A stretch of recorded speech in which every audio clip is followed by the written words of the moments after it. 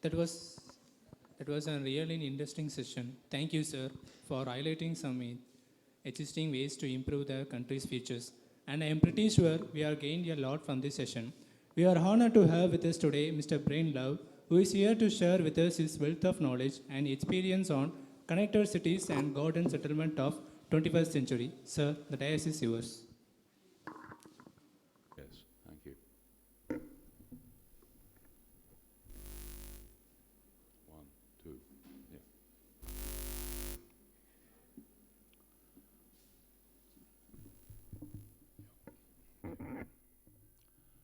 So, good morning, and I'm very grateful to be here, and I'm very grateful to see so many people in the audience. And I'm beginning by starting with a prayer, because if the divine doesn't help us, we can't help ourselves.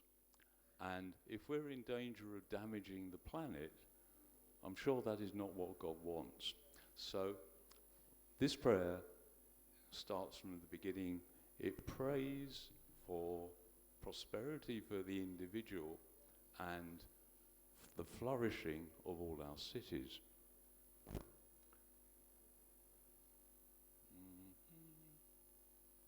No? Yes.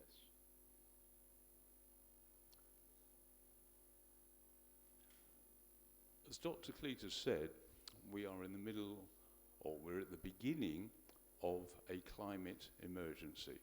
And the things that human beings have been doing are making our environment worse.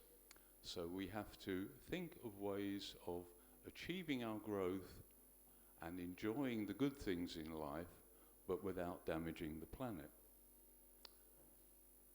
We're getting hotter. Chennai ran out of water.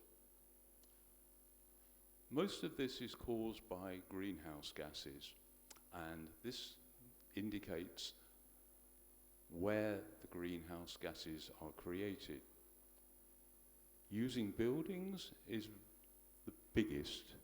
So what happens is that the way we use our heating in the cold north, we use our air conditioning in the hot south, that takes up lots of energy, and also the energy we use to build the buildings in the first place. Other people will be talking about this, and there are ways of doing it that use less energy and create less pollution. My particular interest is in the second section, which is the travel. Whenever we travel, when we drive in a car, we ride in a bus, we use a two-wheeler, we generate pollution, and we also create congestion. So this presentation will be about thinking of ways in which we can prepare for the future, where we use less energy and we have the opportunity to live well, but without creating pollution. In the UK, traffic keeps growing. The reason I am interested in transport is because, unlike all the other sectors, it is still continuing to grow. This diagram indicates the efficiency of different methods of transport in moving people around. And as he will say, the two most efficient are walking and bicycles, perhaps, and also trains. The other positive thing about trains is that they produce the least pollution. So they have the combination of being very good at moving people around, and they do not pollute. This problem, however, of pollution is not new. Over 100 years ago, in United Kingdom, somebody called Ebenezer Howard realized that there was a terrible problem with smoke from factories and coal fires, and there was a real problem of people having to leave the countryside to come into the city to get work. This applied in Northern Europe 100 years ago, it now applies everywhere on the planet. Ebenezer Howard's solution was to grow new towns, which he called a garden city, which had the good qualities of the countryside and the good qualities of the city, so that you would have opportunity to have work and social interaction, and you would also have greenery and opportunity to grow food. By combining the best of the city and the rural, it gave people the opportunity to live prosperous lives, but they would still have contact with the land beneath our feet and the greenery around us. Everything that Dr. Cletus was talking about earlier this morning. This idea was adopted in the United Kingdom, and so far we have built 32 new towns. And the point about new towns is that they are complete. In other words, they have jobs, they have social life, and they have people living there. So it's not essential to leave the town in order to be there. But what Ebenezer Howard was concerned about was, once you have a new town, how big should it grow? And his conclusion was it shouldn't grow bigger than the size that you can actually walk out of, so that you can start in the centre and within 15 or 20 minutes you can walk into the countryside. To him, this connection between the country and the individual person living in the area was key and important. So he proposed that these new towns should be linked together in groups with countryside between them and electric railways connecting them.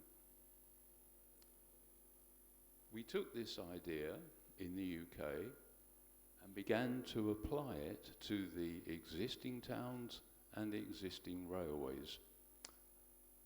A connected city is a group of towns that come together, they're already connected by railway, and they plan their growth around the railway stations, areas that can be walked in and keep the pollution low. There is always a hub town and the connection of sister towns outside. The railway is used for the main transport, although there are also buses, there are also cars, there are also two-wheelers, but it's the main transport. The second is walking. And to make walking comfortable, what is proposed is protected walkways, so that when you walk from one part of your village to the next, you will have a roof over your head. In England, this is to keep the rain off. In India, it would be to keep the sun off. So the new town is no bigger than a walkable area. And it really consists of a collection of villages with a common centre which they share close to the railway. And 30,000 people can live in this space, and it's all walkable. That is at UK densities. In India, densities are often higher, so more than 30,000 people could live in such a town.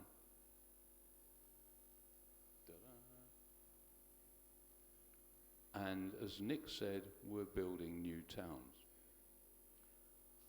The government has also announced, to our delight and surprise, that building around railway stations should be high on our priority list.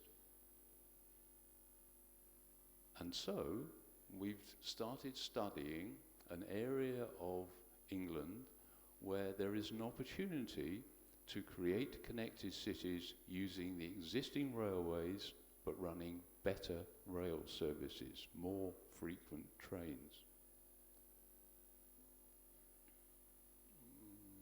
No. This is a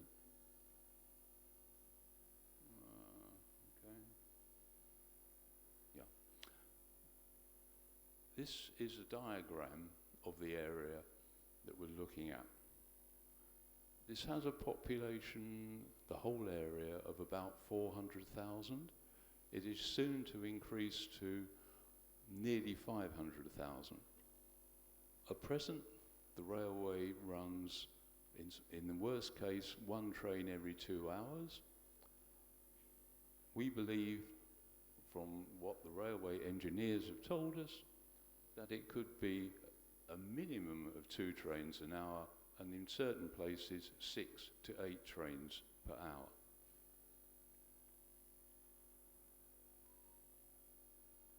There's always a connection between the towns and the central town. So the central town contains many of the services for this group of towns, and each individual town has its own particular speciality. So some will be old, some will be new. Some will have employment in dirty industries, some will have employment in clean industries, but they will all work together. The kind of population that lives in this area at present is around about 100,000. It could easily accommodate another 75,000, so you could almost double in size, only building within 1 kilometre of a railway station.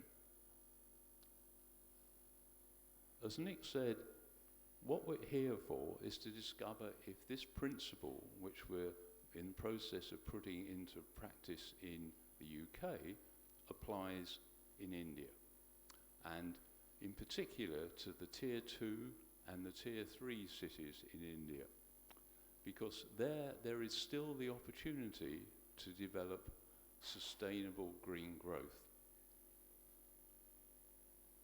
And one of the things that about Tier 2 and Tier 3 and 3 cities in Tamil Nadu, where we study, is there are more voters living in Tier 2 and Tier 3 cities than there are in Tier 1. So politically, this could be something which is positive.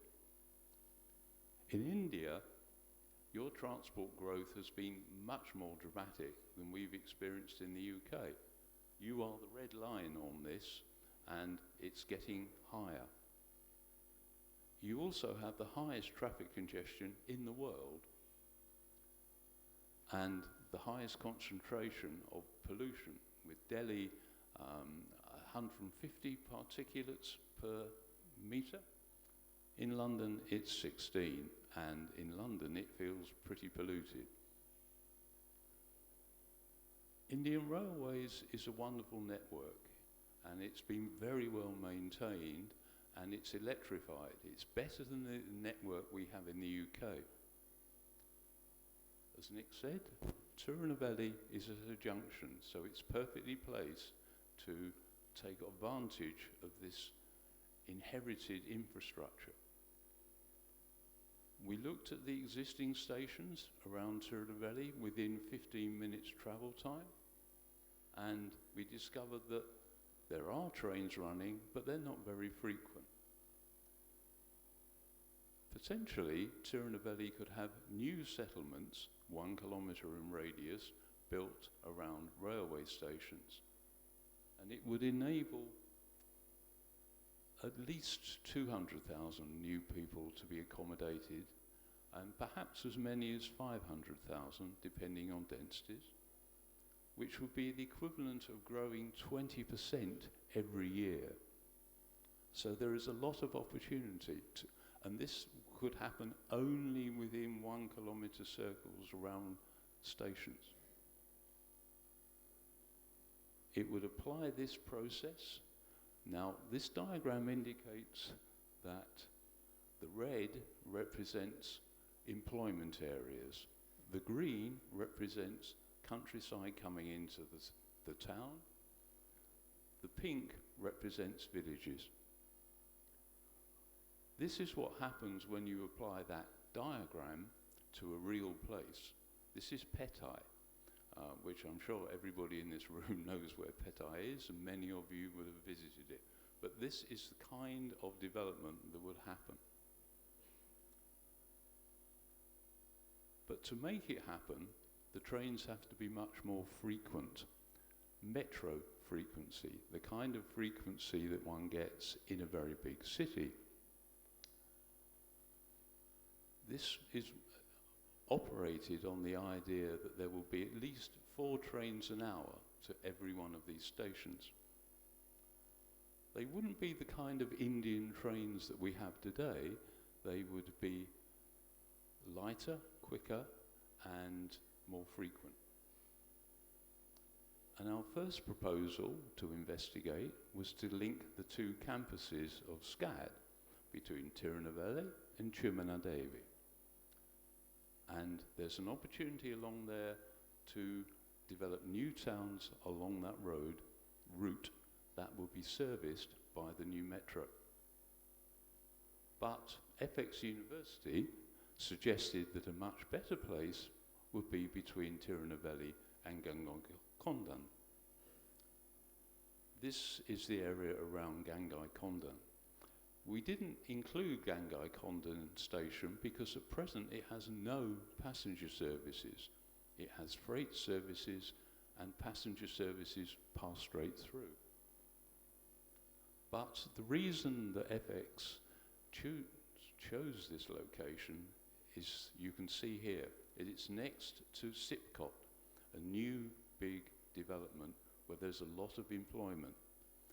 But at present there is no housing there, and there is no public transport, or little public transport as I understand it, to Sipcot.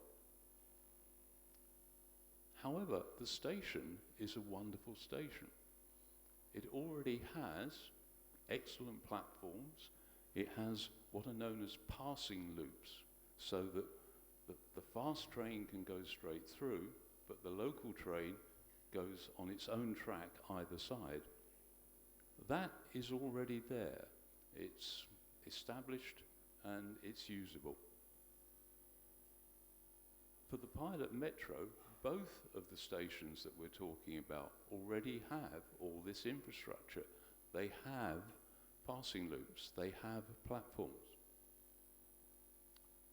There is precedent in India in using the existing railway system to run a metro service, and it's in Bengaluru. It's slightly different from what we're proposing, but very, very close, and it does work.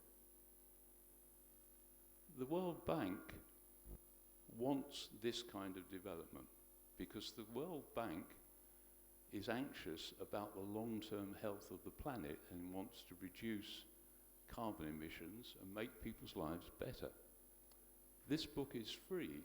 It can be downloaded from the World Bank website, and it tells you how the increase in value of land that Nick was talking about will pay for the development of the transport system. Around the world, there are many financial institutions that come under the heading of ESG, which stands for environmental, social, and governance. This is money that people want to invest, but they only want to invest it in good projects that will not harm the planet.